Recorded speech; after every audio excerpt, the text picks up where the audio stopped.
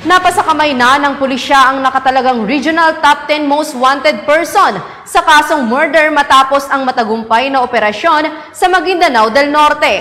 Ang kabuuan ng balita mula kay Patrolwoman Leonora Gawang. Timbog ang tinaguriang Top 10 Most Wanted Person regional level sa Sitio Racoray, Barangay Lipawan, Barira, Maguindanao del Norte nitong ika-16 ng Abril taong kasalukuyan. Kinilala ni Police Lieutenant Khairuddin M. Tumawis, hepe ng Barira MPS ang suspek na si alias Galo, 52 anyos, isang magsasaka at residente ng naturang lugar.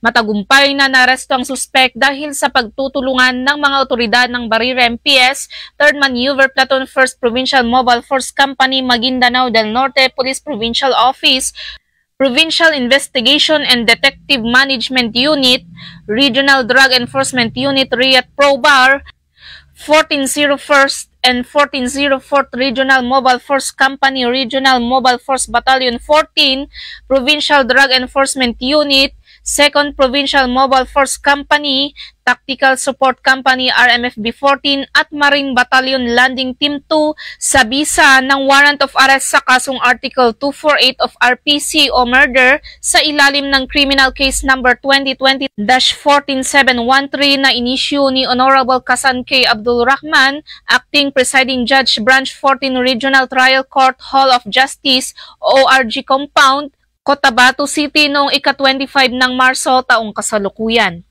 May mga karapatan ka. May karapatan kang manahimik pa. Sabot ka mga Tagalog?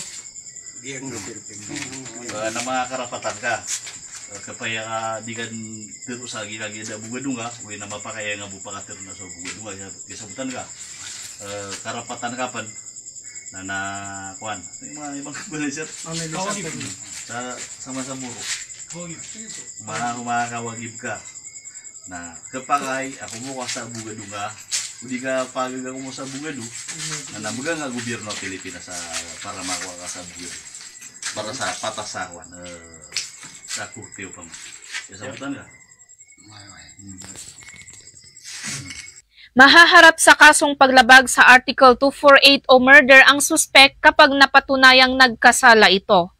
Kasalukuyang nasa kustudiya na ng Barira MPS ang naarestong suspek para sa dokumentasyon at tamang disposisyon. Sa pagkamit ng bagong Pilipinas ng kasalukuyang administrasyon ay may mithing panatilihin ang payapa at ligtas na bansa, katuwang ang hanay ng kapulisan na hindi mapapagod sa pagsasagawa ng operasyon upang mapanagot ang mga lumalabag sa saligang batas. Mula rito sa rehiyon ng Bangsamoro, ako ang inyong PNN Correspondent, Patrolwoman Leonora Gawang, alagad ng batas, tagataguyod ng Balitang Pulis. Maraming salamat, Patrolwoman Gawang.